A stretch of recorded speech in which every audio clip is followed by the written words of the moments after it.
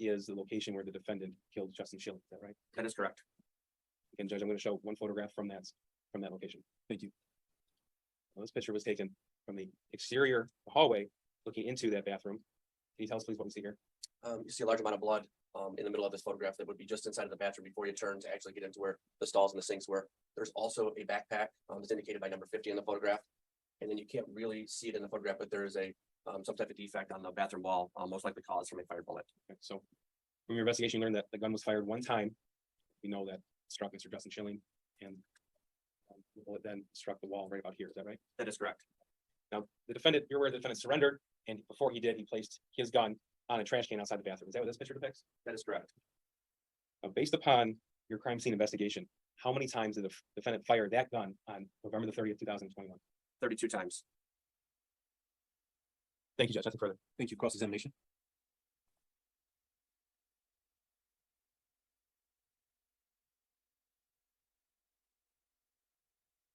Other than the crime scene at the high school, were you involved in the search of the house? No, I was not. Were you involved with processing any of the evidence as far as testing any of it? I guess you have to be more specific. Okay, for example, if clothing was taken from Ethan, would you have processed that clothing for any type of trace evidence? No, I did not. That's not my area of expertise. Would you have done any trace evidence analysis on the firearm? I did check the firearm And when you checked it, what were you checking it for? for blood. And was there any blood on the firearm? No, there was not. As it relates to your processing the scene at the high school, the photographs and the placards in them are based on where things were found when you arrived, correct? That is correct. It's possible that that evidence could have been unintentionally moved by other people that were going through the hallway, correct? That is a possibility. Now, did you interview anyone in your investigation of this scene? Did I interview anyone? Correct. No, I did not. Did you take any statements from anybody? No, I did not. And you already said you hadn't been to Ethan's house. Were you at all responsible for any of the photographs or any evidence collection there, even though you didn't do it personally? I took all the photographs in this case, Okay, so you took the photographs at the house then too. just at the high school. Okay, so you just said you took all the photographs. So if there were photographs from the house, it wouldn't be Well, I something mean, you did. Then I apologize if I misunderstood the question. I was never at the house, so I could not have taken any photographs there. I took all the photographs at the Oxford High School. Would one of the team members that you testified you supervised taken those pictures? Yes, And would you have been supervising what was collected at the house or what pictures were taken? I was not at the house. But were you telling your team member what to do or how to process that scene? No, I did not. Did you take any, and this may not be, it may be outside of what your responsibilities are, so let me know, any physical evidence from the person of Ethan, such as swabs? No, I did not. Would that have been outside of what your responsibilities were? It would all have to depend on the circumstances and if I was needed or they requested it. Have you ever met Jennifer and James Crumbley? No, I have not. Do you know anything about Ethan's life or his family? Only by hearsay. And by hearsay, would that have been from your team members or other law enforcement officials, or are you talking from like press reports? Just from my coworkers in law enforcement. We know Ethan's been in the Oakland County Jail, correct? That is correct. Have you had any contact with him at the jail? No, I have not. And do you know anything about what he's been doing there regarding education? No, I do not. How about, do you know that he's been diagnosed as being mentally ill? I do not know that. How about if he's taking any sort of medication or in any sort of counseling or other treatment for mental illness? I don't know that information. Do you know what the Miller factors are? Just a little bit. Do you know any of the hallmark features of Ethan's chronological age? No, I do not. Do you have any sort of education, experience, or specialized knowledge to talk about hallmark features of a person's chronological age? No, I do not. And you didn't do any investigation of your own as to his family or home environment, correct? That is correct. Now, you also cannot provide any testimony about the effect of any familial or peer pressure on Ethan related to this event. Would that be true? I think he's already testified that he's a crime scene investigator. He was only at the school. Thank you. The court agrees, but I will allow some leeway, but please get to your point, Ms. Hopp, but you may continue. Your Honor, my questions are toward the Miller factors and whether he has any information for us about those. Correct. His statement has been he's vaguely familiar with the Miller factors, and he's pretty much established that he doesn't have anything to offer directly as it relates to the Miller factors. And so you may continue. I am allowing some leeway. You don't know anything about the incompetencies of youth or Ethan's incompetencies related to his age, correct? That is correct. Don't know anything about brain development, correct? Correct. And you don't know whether Ethan can be rehabilitated, can you? No, I do not. And do you know what it means to be rehabilitated in the context of criminal law or corrections? No, I do not. And you don't have any experience, education, or specialized knowledge about whether people can be rehabilitated at all, correct? That is correct. How about what it means to be irreparably corrupt? Do you know what that means? No, I do not. And you don't know any sort of standard for that phrase? No. And you don't know how to determine if anybody's irreparably corrupt, correct? Correct. You haven't met Ethan before, correct? That is correct. So you can't provide us any testimony about what changes he's undergone as a person between November 30th of 2021 and today, correct? No, I cannot. No further questions. Thank you, redirect. Briefly. You're a crime scene investigator? That is correct. Okay, and so you went to the crime scene November the 30th, process the scene. Yes, I did. You can tell us that the defendant fired the weapon, the 9mm weapon that he used to murder 4 children. He fired that gun 32 times in that shooting event. That is correct. Each time he fired it aiming at a person. Is that right? One would assume. Thanks, nothing. Thank you. With that being said, any reason why this witness should not be excused? Not from people, thank you. None from defense. Thank you. With that being said, sir, you may step down. You may also leave the courthouse. Please don't discuss your testimony with anyone. Thank you, Your Honor. You're very welcome. Okay, the next witness is Detective Edward Growski. Thank you. You may call your next witness. What was the next witness's name? Edward Growski, Detective Edward Growski. Thank you, detective. If you could, please approach the witness box. You're going to stand in the witness box. Face my clerk to be sworn, please. sir. Thank you. Raise your hand. Under penalty of perjury, do you swear or affirm that the statement you're about to make to this court will be the whole truth? Yes, ma'am. Thank you. Thank you. And sir, if you could, please state your full name for the record and spell your last name. Edward Wogrowski, last name W-A-G-R-O-W-S-K-A. Thank you. People, your witness. Thank you. Sir, when you're ready, can you tell us how you're employed, please? With the Oakland County Sheriff's Office. Okay, what do you do at the sheriff's office? I'm a detective in the computer crimes unit. How long have you been with the computer crimes unit? 9 years. Tell us, please, what a detective in the computer crimes unit does on a day-to-day basis. We do everything, cell phone forensics. We're looking for evidence of crimes on phones, computers, call detail records, stuff like that. Okay. So is it fair to say that someone from the computer crimes unit would be responsible for the forensic examination of any cell phone seized? Yes, sir. With that, with the task of reviewing search warrant returns from social media outlets, would that fall computer crimes, generally speaking? Yes, sir. And do you also have expertise in working certain surveillance systems, DVR systems, things of the like? Yes, sir. I want to direct your attention to November the 30th, 2020. Sir, do you remember that day? Yes. Were you working that day? Yes, I was. Do you recall getting a call about a shooting at the Oxford High School? I remember a captain coming in. So you were in the office and your captain notified you? Yeah, we were sitting down, getting ready to listen to a webinar on forensic, cell phone forensic stuff. And he came in and the phrase he used is, he said, there's been a shooting at the Oxford High School. And he said, all hands on deck. What's going through your head at that point? This isn't real. What'd you do? I'll be honest, in my job, where people call us the computer nerds. And I thought, this isn't real. It's gonna be over by the time I get there. And so we always take our laptop where we go. And I grabbed my stuff and walked out to my car. I remember as I was pulling out of the parking lot, it became very real.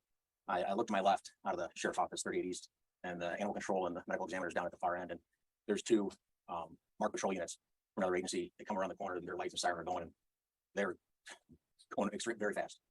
And I remember thinking, they weren't from my agency. And I remember thinking, I knew where they were going. And I thought to myself, like, there's no way they're gonna take me to a place in my town that I work for. Do you remember the drive? Everybody, yeah. Tell me what you remember. I remember there was a lot of chatter on the radio, a lot. I was at 24 in Walton. I went up to Walton, turned right, and started heading north on 24. And it must have been 1 p.m. because I remember hearing say there was somebody in custody. But I kept driving, of course, lights and siren, and I remember coming up to the overpass where 75 comes off onto 24, and everything just seemed so, again, not real, but very real. And I saw one of our SWAT vehicles going across the bridge, and I thought, oh wow, and then the light was red right there, but nobody was moving. There was cars at the ramp supposed to be coming up, and nobody was moving. I couldn't figure out why I should be slowing down because there should be cross traffic. And as I go through the red light, I look to my right, and there's some agency patrol car, I don't know who it was. And then I just kept going up 24, Lapeer Road. Everybody was filing in behind me. And my county vehicle, my detective vehicle is a white minivan, and it's not like a patrol car. It handles different. It handles like a minivan does, not like a patrol car does. And I remember going the next traffic light, the past where the old palace used to be. I think it's Brown Road. And I remember there's cars in both lanes, and the light was red. I remember thinking to myself, like, I gotta be safe, of course. And I gotta get around these cars, and the shoulders gravel. Like I picture it like it happened yesterday. And I went off onto the shoulder of the road to get around the cars. And I felt down to the tires pulling towards the ditch. I felt it. I go around the cars and keep going north on 24, and there's cars behind me, patrol cars I look up at one time, there's maybe 6 cars. I look up another time, there's 10, like they just kept stacking behind me. And then we got to an intersection. We were in Orion Township. I can't remember what road it was, but the light had just changed red. And I know everybody heard us coming. You know, we were driving, everybody had their sirens going. So the intersection, nobody moved. But I thought the safest thing to do was to stop in the middle of the intersection, so everybody behind me could just go through quicker. So I held the intersection. And then I remember I counted 18 vehicles go past me. And then as we got closer into town and that, traffic was really bad on northbound. I remember going against traffic. I remember cars coming at us, you know, of course, we're slowing down at this point. And all I could hear on the radio was the staging area. It was the mire. And so I'm like, I'm just gonna keep driving north until I see a mire, because I don't know Oxford Township at all. And I follow just past the mire, there's a road there. I remember hearing Ray Road also on the radio. And so I turned onto that road and I got out of my car, and another deputy was just getting out of his car. And we looked at each other like, what do we do now? You know, I don't know, he said something about staging area, Ray Road. I go, where's that at? And I remember him saying, you're standing on it. And then I could see kids coming down from where the high school was. I know where the high school was, because there's a tree line just behind the mire, and the high school was on the side of the tree line. Tell me a little bit about, as you arrived on scene there on Ray Road, you said there was kids. Yeah. Okay. What was your impression of them? What was their demeanor like? I don't know if I paid attention to their demeanor at that point, but I remember thinking how unprepared they were. I was freezing. It was cold out. I remember when I got out of my car, I put 2 coats on. I was still shivering at points, and there were kids with just t-shirts on. I remember seeing one girl, she didn't have any shoes on, and just walking along the side of the road in the gravel, and they cut across they didn't come down to the drive where we were. They cut across the snow, the hill, and started walking towards the mire. And it looked like everybody was heading down towards the garden center, the far end of the mire from where I was. Where'd you go? I went to the garden center because that's what I remember hearing on the radio. I get there, I walk down because I left my car up on Ray Road, and I get there, and there were I remember somebody said we got to start collecting names, like get people's names and phone numbers. So Myers gave us just opened up boxes of pens and gave us pens and tablets of paper and started, you know, handing them out to people, like, just get your names. Then they started telling us to get everybody into the store. Meyer got on the PA system and basically told if you're not from Nashville High School, get out of the store, leave your cards where they are. I remember hearing that. And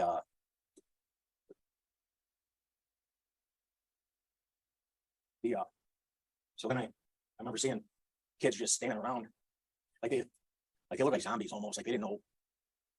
And they were telling us to get everybody inside. And I remember putting my hand on a couple kids, like trying to direct them, like, come on in, trying to be sensitive to the traumatic event they just went through. I didn't want to force anybody. And I put my hand on a couple people, and they just stood there. They didn't move. A couple went into the school, but were into the store. I'm sorry. But a lot of them just stood there, just staring. At some point, did you see buses being dropped off or driven there? Yeah. I remember all of a sudden some school buses started coming around the corner, and like in moments like that, like, you know, everything was I was just so hyper aware of it. And I remember thinking to myself, like, that's just like really weird. Like, why are there school buses? Like, how did they get the buses that close to the school? And the stuff I was thinking about. And I remember seeing parents just standing there talking, hoping their kid. Parents were looking for their children. Yes. Yeah, hoping that their kid got off the school buses that pulled up. I remember seeing a couple deputies. Their vans were empty, but that was another thing that struck me just absolutely crazy. There were deputies who were assigned to court services that showed up in transport vans to check as they go to school. I mean, from the friend of the court unit were there, narcotics unit, everybody was there. A detective, you were on at the Meyer staging area for how long? 10 or 15 minutes? Probably that long. Okay. And at some point, were you redirected to the high school? Yeah, Detective Jeff Enger works in the computer crimes unit. Had responded right to the school. We didn't follow each other after the school or anything like that, so we got separated. And I was a little bit better on at that time with video systems, DVRs, that sort of thing. And he didn't want anything to get messed up, wanted another brain up there to help. And so he asked me to come into the school to help him. So then you went right to the high school in the main office area? Yes. Walk us through what happened as you pulled up the school and walked inside. As I pulled up, there were cars everywhere. I remember having to drive over sidewalks to just get my car close to the school. One of our sergeants was standing at the door, looking at the school. The door 1 is on your right side, door 2, and the office is behind the glass wall there. I walked into door 2, and the sergeant standing there. He's just man of the door, I suppose. And I started asking people where the security office is, and somebody eventually walked me to the security office. I don't remember who it was. Who was in the security office? Their school security guy, Jim Ork, was there. Jeff Enger was there. Lieutenant Marsban, a guy from the VEA, was there. I don't know his name. And Debbie Lewis was in there as well. What were you asked to do when you arrived? We weren't asked to do anything when I got there. What we knew we had to do is to secure the video footage of the incident, what happened, because the bosses are going to want that information to formulate a plan and do all that stuff. So I knew they would be asking for it. So you it was incumbent upon yourself as a computer crimes detective to find the relevant portions of the surveillance footage? Yes. Okay. And Oxford High School has a number of surveillance cameras, is that right? So they, at some point inside the school, some are exterior? Right. Okay. And was it over 90? I think that's the last. Yeah, well, yeah, at least 90. At least 90. So when you sat down, tell me what the security office looks like. I imagine there's a bank of a screen. No, it's really, I mean, it's no bigger than the shoot, maybe 3/4 size of the seating area you all are. We're looking at it. Jim Rourke, school security, had 2 monitors on his desk, and we're using that to look at, one set of cameras up on one screen and one set of cameras on another screen. It wasn't like a bank of TVs and stuff like that. I remember having to go into a program and launch it and all that stuff. What was the first thing you did in your attempt to isolate and preserve that footage? We knew where the shooting started. Jim knew where the shooting started, and so we went to that camera and to try to figure out who the person was and what time they got in the bathroom.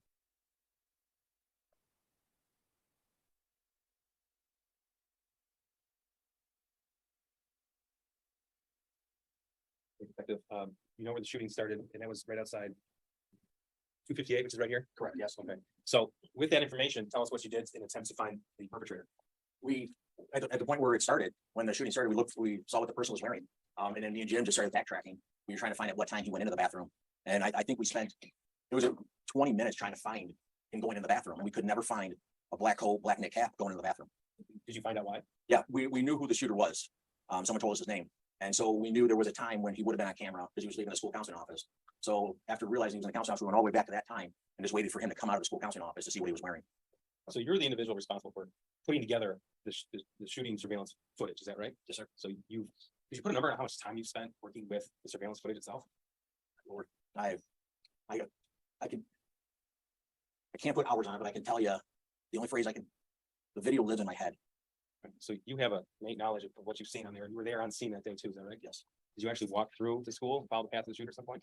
Yeah, the second day, I had to go back up there because at first you didn't get enough video. We need to know this, there's something that I think the undersheriff at the time wanted me to figure out from the video. So I go back up there, and I remember I asked Jim if we could go to where the shooting started, and because I want my eyes to see what the cameras are seeing, to really just like put myself in that moment, in that time, in that space to better understand everything.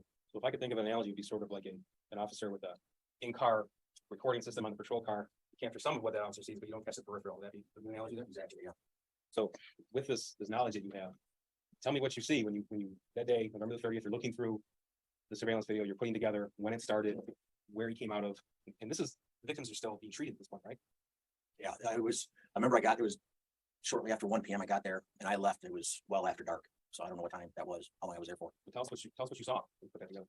When we were reviewing the video first, on the video. Sure. I remember at first I didn't know all the people that were involved in it, all the victims. But you see the shooter come out of the bathroom, and I've watched the video so many times. He had a sense about him, like, I don't know, I call it like the proud chest. Like he walked out of there like his head was held high, like he was in charge. And I remember his finger was outside the trigger guard. Why is that significant? Oh, it's gun safety 101. Don't put your finger on the trigger unless you're ready to pull the trigger. And he steps out, and he immediately, there's Phoebe and her boyfriend Elijah, and he immediately levels the gun at them and then shoots them. And you see Elijah's hair from the blast of the bullet, like his hair he's got real curly hair, and his hair just poofs up. He then turns the gun to there's Hannah and Kylie and Riley on the right side of the hallway, and he immediately turns the gun at them and fires some rounds in their direction. Then directly in front of him was John Shudo.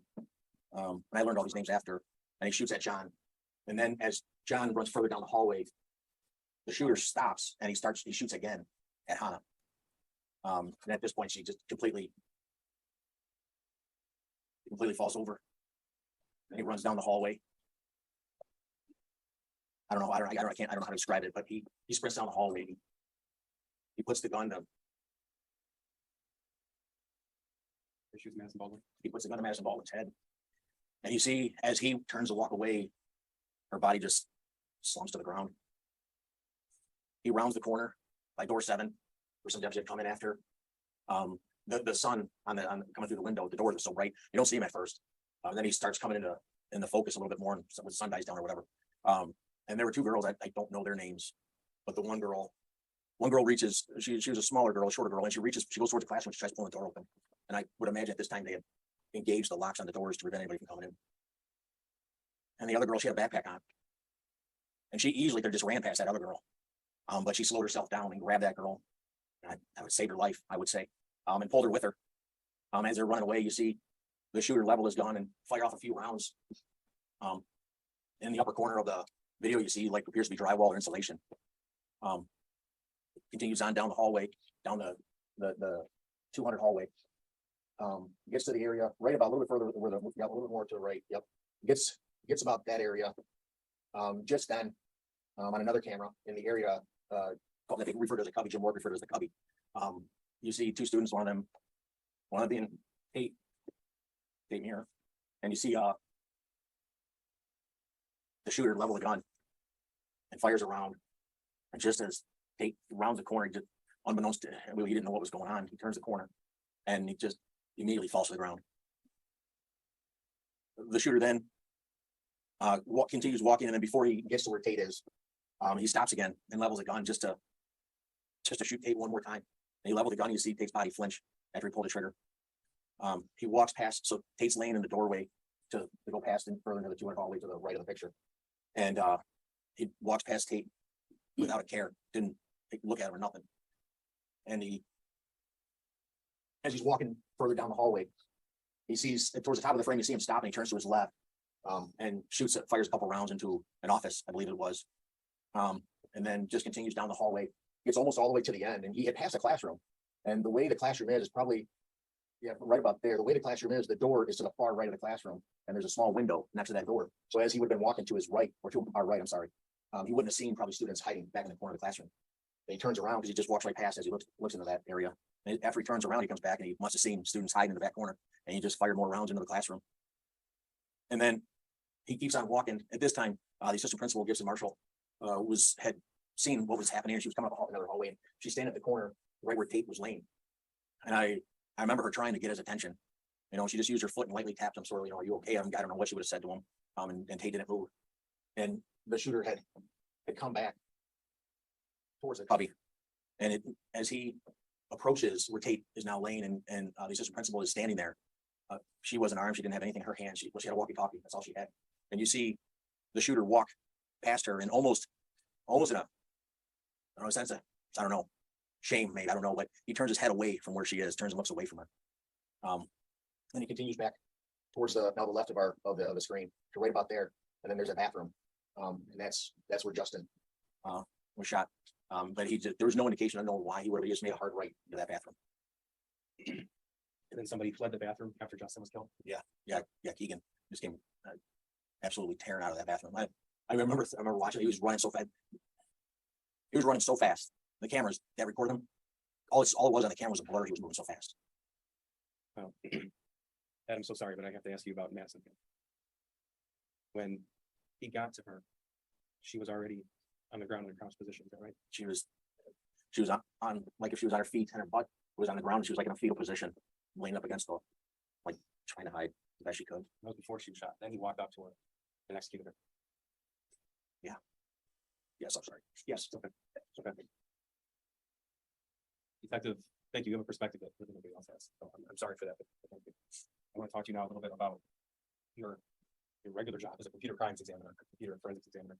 You've had the opportunity to review the entire extraction report, all the data extracted from the defendant's cell phone. Is that right? That's correct. And we did a lot of this with Lieutenant Willis. I'm just going to ask you about a few things. It's already admitted into evidence, excuse me. But Exhibit 55, you had the chance to look through internet searches, all right? Yes. Tell me, please, item 1, November 30th, 2021, 8:34 a.m. What did the defendant search on his phone? You search what is the biggest high school in Michigan? This is November 30th, the day of the shooting, 8:30 in the morning. Yes. Okay. Item 3, what did the defendant search? 8:11 in the morning. Also on the day of the shooting, it's the biggest high school shooting. 8:11 and 18 seconds on the day of the shooting. What did the defendant search on his phone? A search for a school shooting. The night before the shooting, November 29th, 2021, 9 p.m. What did the defendant search? What school shooting happened in 2021? Everything in quotations. Those are the words he typed out. Is that right? Yes, sir. Item 12, again, the night before the shooting, 8:49 p.m. What did he search? What are signs to look out for a school shooter? What about item 32, 2 days before the shooting? Recent mass school shootings. Item 37, this is 1 week before the shooting. What did he search? Why was a Parkland high school shooting so popular? Item 60, we have a name redacted. It's the name of a different school shooter from a different state. November 18th, 2021. What did he search? What gun did someone used in STEM school shooting, This is a week and a half before the shooting. November 18th, yes. Item 75, what did he search? Again, on November 18th, he searched Colorado school shooting. Item 79, on November the 12th, 2021, what did he search? Which school shooter listened to Come and Get You? November, that's 18 days. before the shooting. 18 days. November the 9th, 2021, item 136, what did he search? Have there been any school shootings in Michigan? November the 9th, 2021, item 151, what did he search? He searches Florida school shooting. What about November the 8th, 2021, item 152? He searched how old was, That's the name of a different school shooter. yes, when he shot the school. What about item 156, November the 7th, 2021? He searched Douglas High School shooting. This is weeks before the shooting. This is 23 days. Item 160, what did he search? Again, on November 7th, how many school shootings in Michigan? The last three. Item 164 from November the 6th, 2021, what did he write? What was the most deadly school shooting? Item 172, Sandy Hook school shooting movie. item 173. Who was the youngest school shooter? Those were all from November the 6th, 2021. Yes, sir. On your forensic examination of the defendant's cell phone, you also reviewed website history. You can see when you look through somebody's phone, you can see what websites they visit. Is that right? Correct, yes. And we're not going to name this particular website, but did you uncover evidence the defendant visited one website in particular that depicts extremely graphic real life videos? Yes, sir. Okay. And you're aware of the incident in the Oakland County Jail with the courtroom tablet. Is that true? Yes, sir. Did you find evidence that he had visited that website before the school shooting, the same website that he visited while he was locked up in Oakland County Jail? Yes, there was. Can you give us a number on how many times he visited that website just in the month before the shooting? I believe it was in the 20s. Well, if I said 421 times, I'm sorry, I thought you meant when he was in the jail. no, that's all right. I'm sorry, Talking yes. on his phone before he was. Yes, there was many. Yes, Detective, you have also reviewed recordings on the defendant's phone. yes, sir. And did you uncover two recordings in particular that the defendant made of himself the night before the shooting? Yes, sir.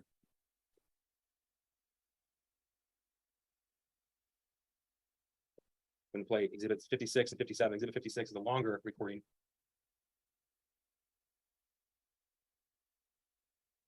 We have to unplug and replug that. Not an issue.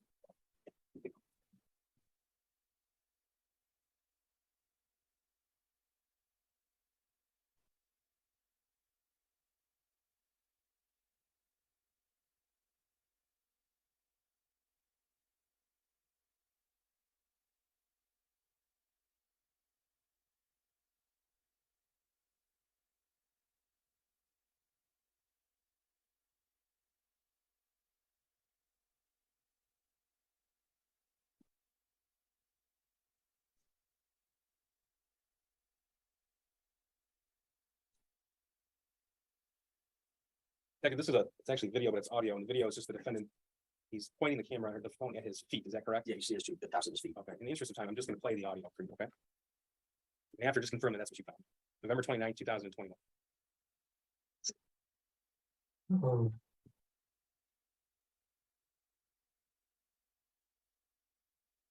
My name is Ethan Crumbley, age 15.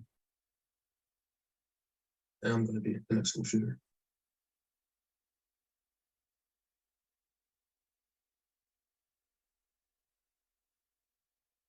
Thought about this a lot. I can't stop thinking about it. Like, it's constantly in my head. Every conversation I have with someone, no matter what, I'm thinking about it and I can't get it out.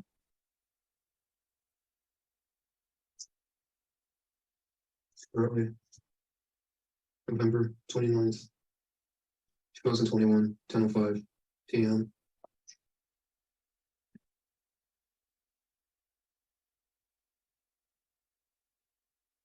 The school I'm shooting up is Oxford High School. I'm in 10th grade there.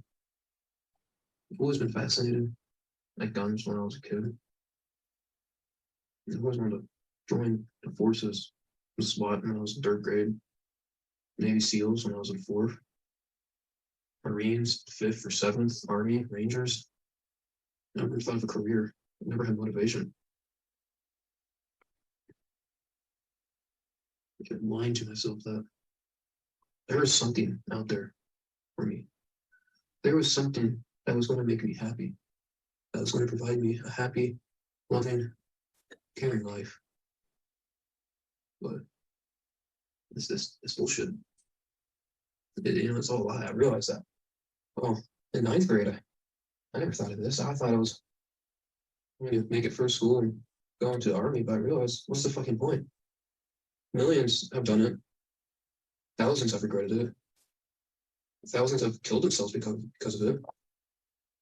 Many come back and not happy, not satisfied. I'm thinking it's the only thing I want to go into, but how will it make me happy? How will I love doing that? How do I love? Yeah, I realized that that's not going to work out. So I was thinking, what am I going to do? And I realized all the bullshit that was right in front of me, and I never realized it. I was always the kid who said, work hard in school and you'll get a career in life. But the career is bullshit. It was right in front of my fucking eyes the whole time. I couldn't see it.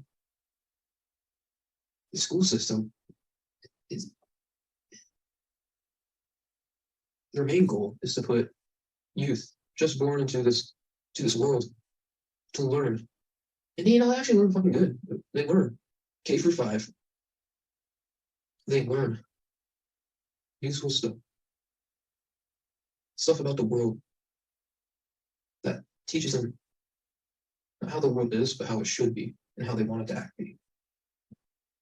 The teachers brainwash them into what they think is right, and their minds are so underdeveloped that the adults just take advantage of it. And they say that's too good for humanity. And when you get into middle school, that's even more useless. It's just an excuse to wait till the kids grow up and they're wasting years of their life. Not even knowledge they're most likely never going to do unless they become a Nobel Prize scientist or mathematician or the fucking founder of a multi-million-dollar environment club. And they're brainwashed. They're teaching a working class into this world. There's no teaching of working class centuries ago. You know, they're either born into it or they weren't. You were born into a working class, you were forced to work. You weren't born, you helped develop the world. You created technology, you created advances in civilization. I mean, there was only two indifferences in the working class who rose up and made everyone a working class. And now, no matter what, you just have to work. To do what? You spend 15 years of your life just hard studying and trying your hardest to achieve the best out of anyone in any school. And then you get accepted into college.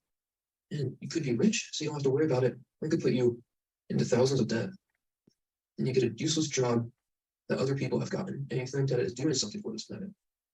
You think that all those years of working and you get a job is doing something for the good of humanity. It's fucking not. It's useless. The education system, the government is just brainwashing people to be a working class. They're all brainwashing them just to fucking work and keep society how it is, but people want to go a different direction. They don't want to work, but they just don't fucking understand it. I'm not dumb enough to fully understand their capabilities. I'm not as dumb as them, so I can't understand, but they want to revolt and become a new class education system that just weakens everything. They want to fucking keep the innocence of everyone. They want to make sure that monsters are a thing. They're offended of a horror movie. They want to take away what this world is. In this world, it's not heaven. There is no heaven. There is no God. There is no Satan. There is no hell. But the world is hell in its own way. If you don't think of it, you think as hell is the bottom, earth is the middle, and heaven is the top. But in reality, the earth is just hell. It's always been that, and people want to just forget it. They want to just take away what already is. It's stupid. I'm taking action. People go and protest, fucking take away guns or make what I'm doing. I believe I am one of the first people to do this. I'm not really shooting up the school because I'm mentally depressed or mentally ill. I have anxiety that struggles me every day. But I'm doing it. Teach a word. All the simplicities. I don't fucking know how to say that. All the fucking dunces out there. The brains are too, skulls are too fucking low to understand everything. Unfortunately, the people I kill are the people that are killed. No, I'm sorry that their families have to go through this, but it's for the right of humanity. In the course we're going, we're fucked. In 50 years, we're fucked. Nothing's gonna happen. Democrats and the Republicans are just gonna fight, fight, and fight. And people keep going to take it sides and sides and sides. And some people are going to stick out and say they're the big brainers who don't think of it, but really they're the main problems. And it's just leading to a collapse. The world worked so hard for thousands and thousands of years.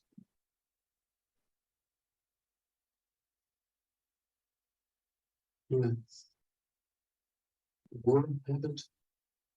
Peace was a thing. People understood everything. People understood the logistics of human civilization. The time from 1920 to 1980, it's the golden ages of humanity. For some countries may not have been that way. But for the big ones, it was the golden age. Everyone understood the world, but knew how to keep it in order. They knew the difference between war and peace. They knew that they could cooperate and live together. I know people are just taking that away. What I'm doing is an act to show people are taking it away, and I'm trying to preserve it. To show that no one is safe, no matter how hard they work. Your protests aren't going to do anything. They're just words, they're not actions. No one would care if I go up to the school and shout a sign, "Aren't you innocent? Bring back the equality between violence and peace." You'll think I'm fucking delusional. But to take action is what you have to do.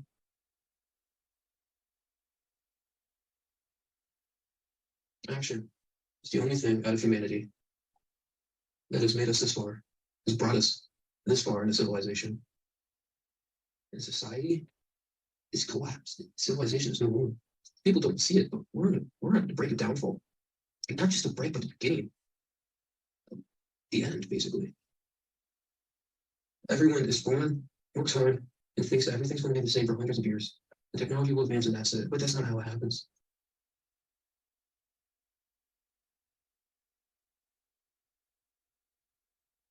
The bell rings to end fifth hour. Tomorrow, October 30th, November 30th, 2021.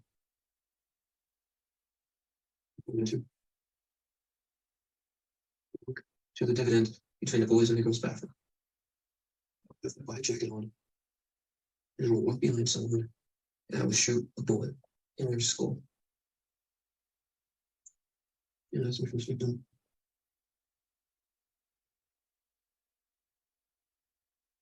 I'm going to open fire on everyone in that hallway. The hallway was a huge impact. I will try and hit as many people as I can. I will reload. And I will find people hiding. I'm going to teach them a lesson of how they're wrong, how they're being brainwashed.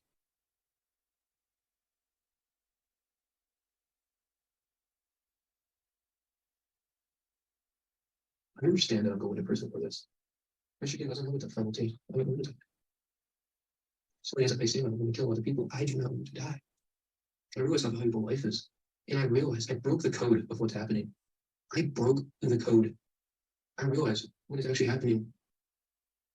And these people, they don't have the capabilities of understanding it.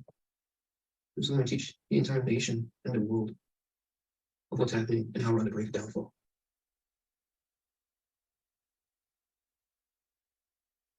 What would I be using? 6R SP2022.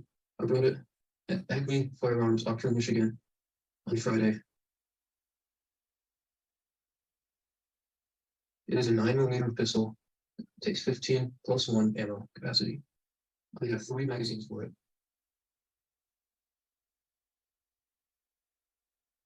I've worn my mask for too long. I can't take it anymore. I've broke. I've fought it for years and for years, lying to myself over and over again. But it's taught me the truth. There's no voices in my head.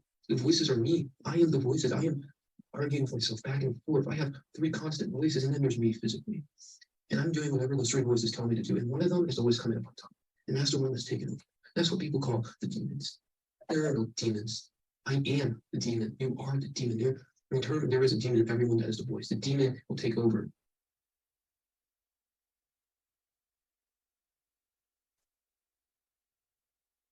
There's nothing I can do about it. My life is already on a downfall. If I don't do this, nothing will happen. The world will collapse. I will be in misery. I'll probably just end up in a useless career in the army and killing myself. What use is that? I have the chance to teach the world to become a better place, and I have to take that chance. I've missed many opportunities in my life, and I'm not missing this one. I'm going to try and flee the school for as long as I can until I get caught.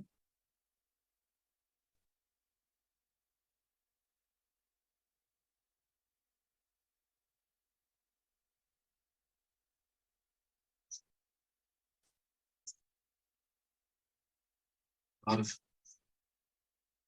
there's so many people who think they're going to live a life, and go to college, have a great career, get a family, grow old, die happily. They don't know. And once in a day, you're going to die, and your lives are going to be changed forever. I understand my consequences. I understand that people put me in prison for this. I've already said goodbye to everything. I went through all the phases. I'm surprised I even do it today.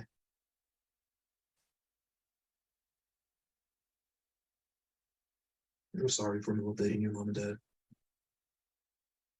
You have trusted me. I made sure you had trust in me, and I just disowned you. But you should know it's for a cause, and I'm ruining my life and not yours.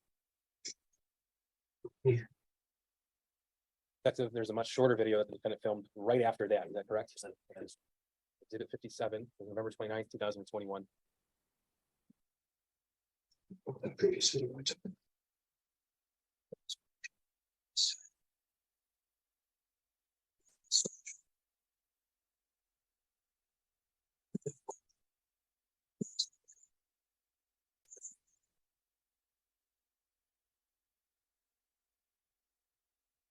I have no additional questions for this witness. The counsel approach. Yes. Regarding time.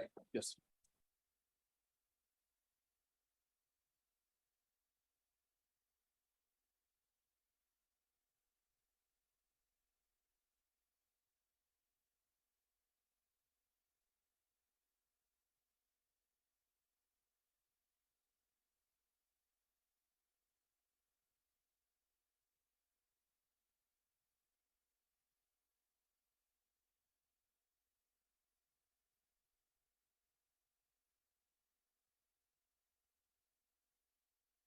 Thank you. Before we turn to cross, people, is there a request? Yes, Your Honor, we have one additional witness for today, Molly Darnell, who's a teacher in the school that day. I very much would not like to ask her to come back tomorrow. She's been waiting. It's, as you know, it's very traumatic. And it's my understanding that opposing counsel has agreed to cross-examine our witness on the stand currently and tomorrow, and so that we can allow Molly Darnell to testify. Thank you. Agree, defense? Of course. Thank you. With that being said, sir, you may step down. In the meantime, please don't discuss your testimony with anyone. Yes, sir. Thank you.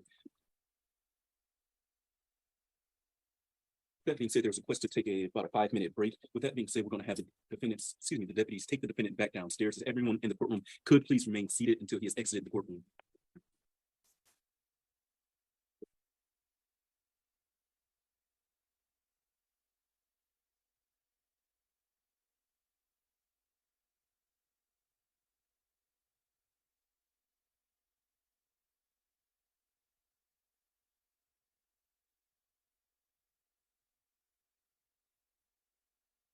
Thank you. We'll take about 5 to 10 minute break. The court will stand in recess. All right.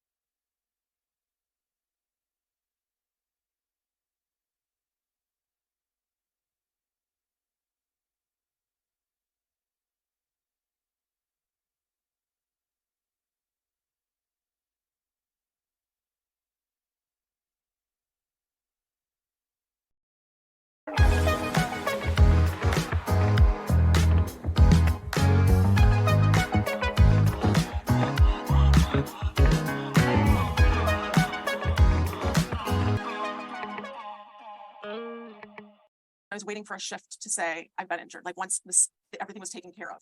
What do you mean when you say everything was taken care of? The shooter was taken into custody. And anyone, who needed help, got help. But you did need help. I didn't think that I needed help, no. At some point, you got out of that room. So, Do you know how long it was? 20 minutes, I would say. After the shift with the footsteps, I texted the teacher next door to me and said, I've been shot. She called 911 and there was another teacher in that room who texted our administration.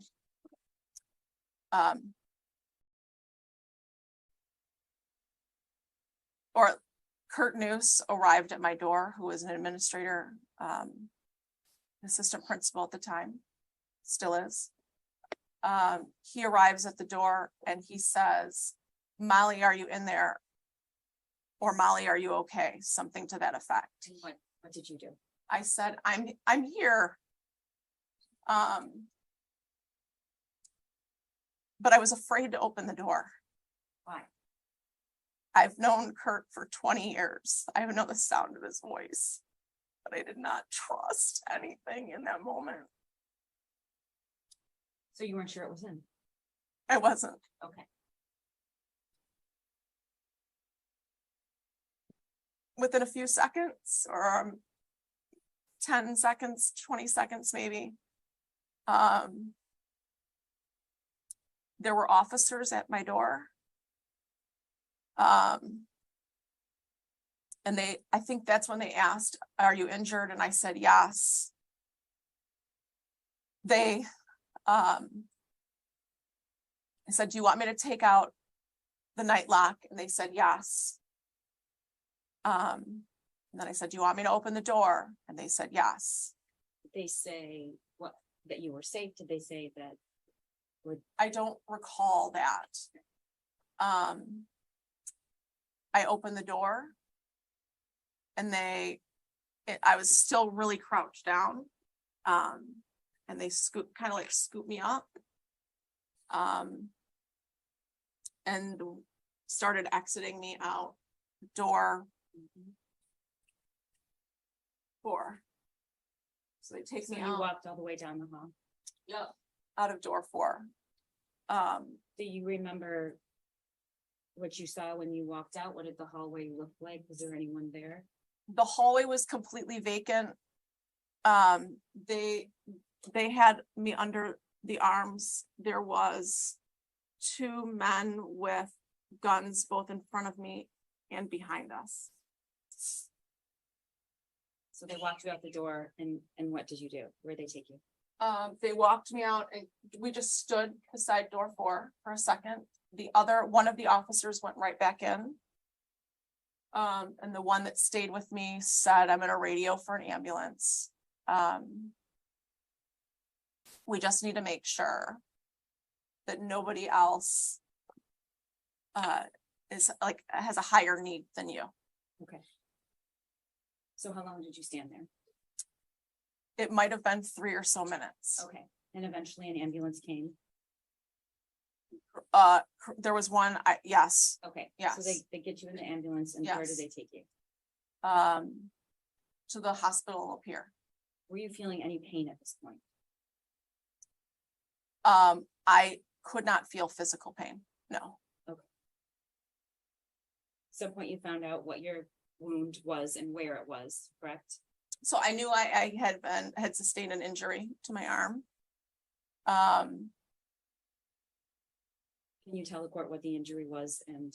Yeah, I was shot, through the fatty part of my arm, through and through. So I want the record to reflect, Your Honor, that she is pointing to her left shoulder. And she is pointing to the portion of her bicep area that is in how many inches away from your heart? About 6. If the record would so reflect. You were treated there and released, correct? Correct. Okay. You said you were in shock. At some point, did you were you told or did you see the door of your classroom?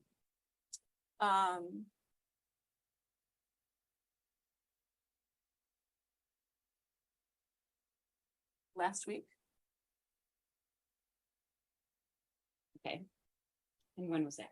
Why did you see that picture or? I had met with you to talk about testimony, about testifying, and, that's when I saw the door. And when you look at that door, what do you think?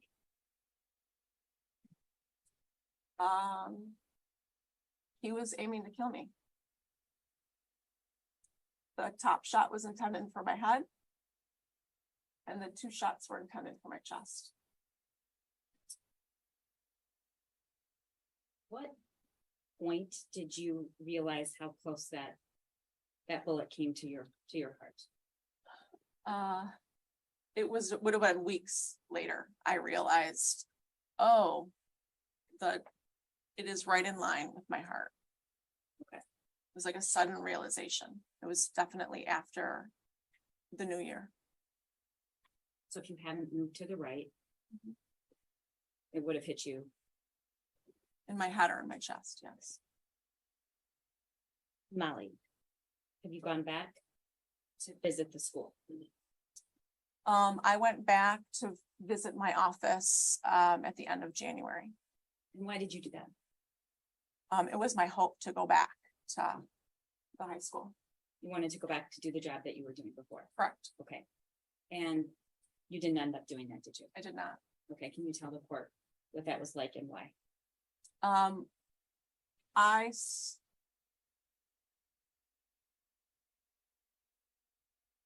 couldn't, I just, at the end, I wanted to go back. I loved the work that I was doing. And I wanted to kind of prove that I could go back.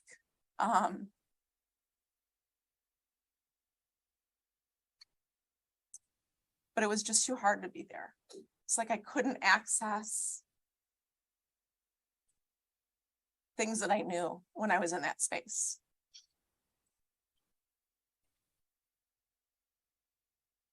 What do you do now? I work at Oxford Virtual Academy as a mentor. Okay. Was there any lasting scar or pain from that injury? There was some numbness for a while. There is still a visible scar. Okay. And I viewed the scar, and I certainly wouldn't ask you to show anyone else, but can you describe where your scar is? Yep. So it's on the back side. It's about right here. I can feel the 2 bits where the bullet entered and exited. There is a red. It's still red in between where the bullet hole cauterized my arm. But you can still visibly see where it entered and where it exited. exited. Yes. Molly, I asked you when you sat down why you wanted to be a teacher. And you answered that you love teaching and you love kids. That's right. That is true. Is that still true today? That is still true today.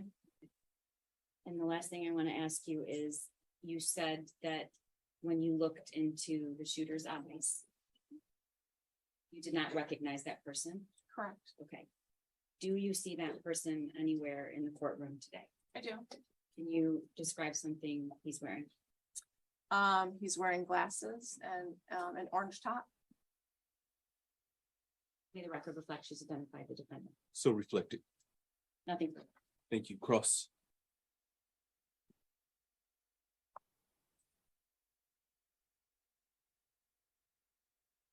Mrs. Darnell, in order to become a teacher, you went to college, correct? I did. You had a major. I did. What was it? English. Which would make sense that you're part of the ELA program, correct? Correct. And did you teach English at the middle school? I did not. No. What did you teach at the middle school? When I, like years prior, when I first started teaching, Correct. it was one of the subjects that I taught. I had, I worked at Crossroads for Youth, which was an adjudicated youth facility. And I had all middle school boys at the time. And so it would have been more specific, like a reading or a writing course. And in that position, you were still a teacher, correct? Correct. You weren't part of the counseling staff? I was not part of the counseling staff. As part of your education, do you have, or did you have any sort of classes in childhood development? I did have classes in, yeah, basic childhood development my sophomore year. Now, as a teacher, you're licensed as such through the state of Michigan, correct? I'm a licensed teacher through the state of Michigan. And that has some things to do with why you have some experience in first aid type classes. You're required to do that as a teacher, correct? I don't know if that's a requirement by the state of Michigan or if that's just something we're required to do, but it is part of something that we have to do. I mean, it's part of training that I've been given through professional development. And as a teacher, you're also something called a mandatory reporter, correct? Correct. Can you describe a little bit about what that means? Yeah, so if something's concerning, like a student says that she has been attacked, that is something that I would have to report. And who do you report that to? I would report that to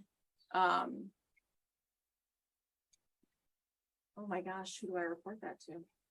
I would probably go down to the office and say, who do I report this to? Maybe Child Protective Services?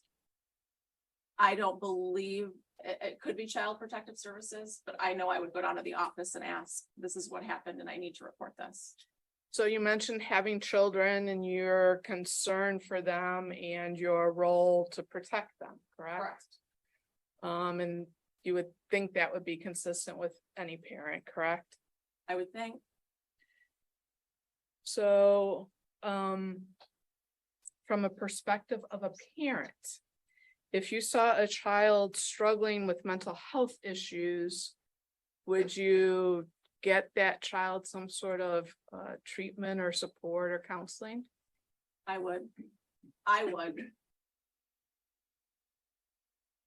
And if that child reported delusions, hallucinations, hearing voices. Your Honor, this is a witness that testified about being shot and she's a victim. I don't know, I'm not sure where counsel's going, but she's not qualified as a child development expert. And I would ask that counsel refrain from asking these kinds of questions. Your response? Your Honor, this is a Miller hearing. There are Miller factors. One of those factors is the history, family history of Mr. Ethan Crumbley. I'm asking her from a parent perspective, not necessarily her personally, and even as a teacher, questions that get toward his family history, her knowledge of it, as well as the issues that should be raised in a Miller hearing. It may be a Miller hearing, but this is a victim of a crime. And if she wants to call somebody to talk about those things, they have witness lists and they're going to do that. But this witness is not and should not be subject to those questions. And she's not a lawyer and she doesn't know what the Miller factors are, unless there's some independent knowledge I don't know about. Thank you. Let's get to the point. You can ask her specifically if she's ever interviewed your client. I think that's more appropriate, but to ask her general questions, I don't believe that's appropriate here, as you haven't laid the appropriate foundation for this witness to answer those questions. So the objection sustained. You may continue.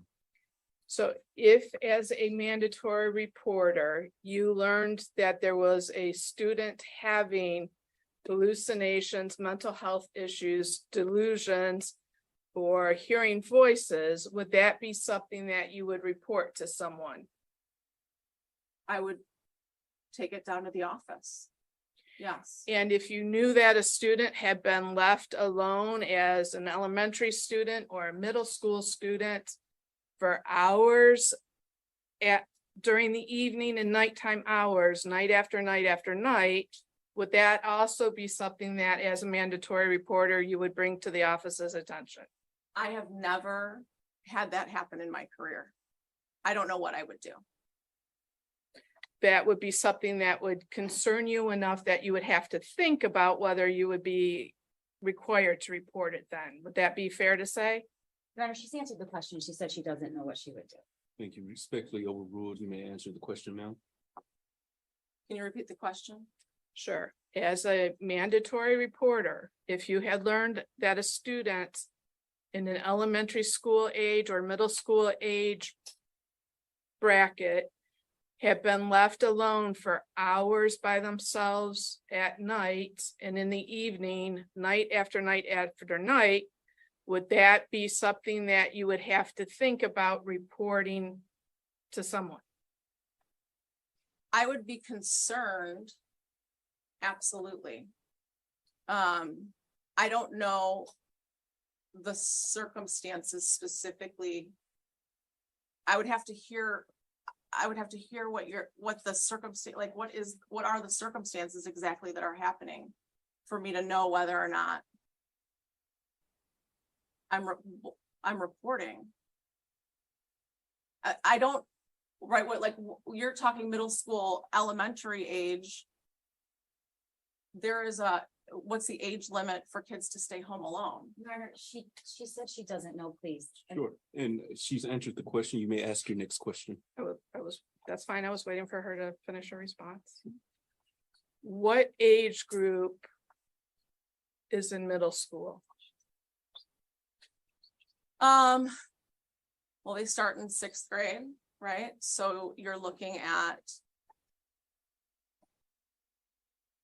11, 12, 13. In Oxford is middle school 6th, 7th, and 8th grade, That's correct. but not 9th grade. That would be high school, correct? Correct. Now, do you know what the Miller factors are? I have no idea. Do you know Ethan? Other than the moment that I saw him raise the gun to me, I have never seen him before. So you've never had a conversation with him, never had him in class, even in middle school, I'm sorry. No, You've never seen him at lunch. no. Now, as you sit here today and testify on your own personal knowledge, you can't tell us anything about Ethan's family life, correct? Do you know how hard it is to heal from something like this? I avoid everything I can to heal. This is learning about what happened is not part of my healing process. Do you know anything about whether he's been diagnosed with Your a Honor, mental she health has disorder? she has answered this question at this Objection point. sustained. Let's move on. She's already indicated she doesn't know anything about your client. She's never met your client. She has never met him in lunch, etc. Hasn't met him in middle school. And so she wouldn't know any or have any personal knowledge about your client. In fact, the witnesses just said she's tried to avoid everything as a part of her healing. The objection sustained. I'm going to ask respectfully that you move on. Thank you. Do you know what it means to be rehabilitated in the sense of the criminal justice system? Your Honor, I do not. Your Honor. And Your Honor. she's answered the question. I understand your objection. Okay.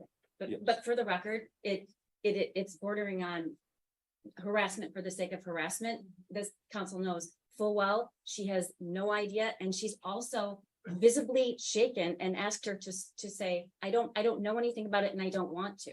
The court agrees, and that's why I'm asking counsel to move on away from this, because again, unless you're going to lay the appropriate foundation that she knows something specific about your client, or that she has specific knowledge of childhood trauma, etc., that's a part of the Miller factors, she's already testified that she does not know. And so with that being said, the court is sitting as the trier of fact here, and I've been listening throughout this entire hearing, and I will note that there are some things that have been relevant to the Miller factors. There's things that have not been relevant to the Miller factors.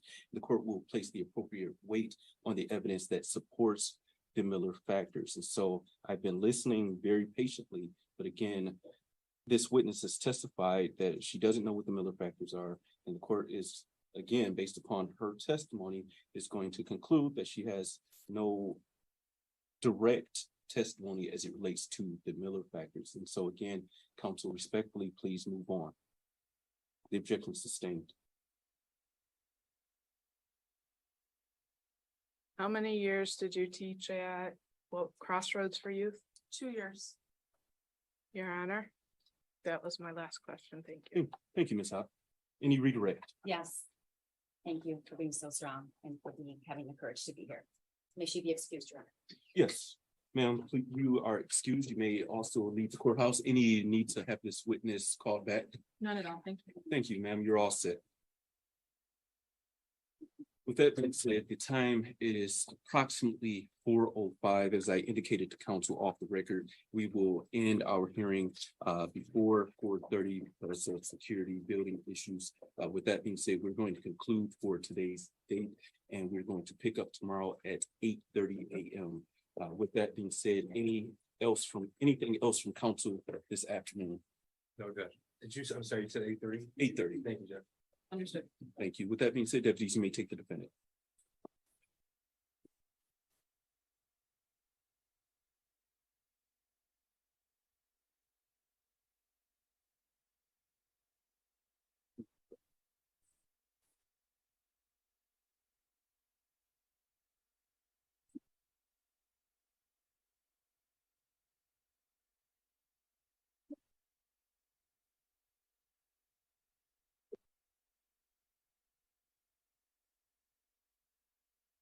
Thank you. With that being said, I'll see everyone at 8:30 a.m. The court stands in recess. Thank you, All Jeff. right.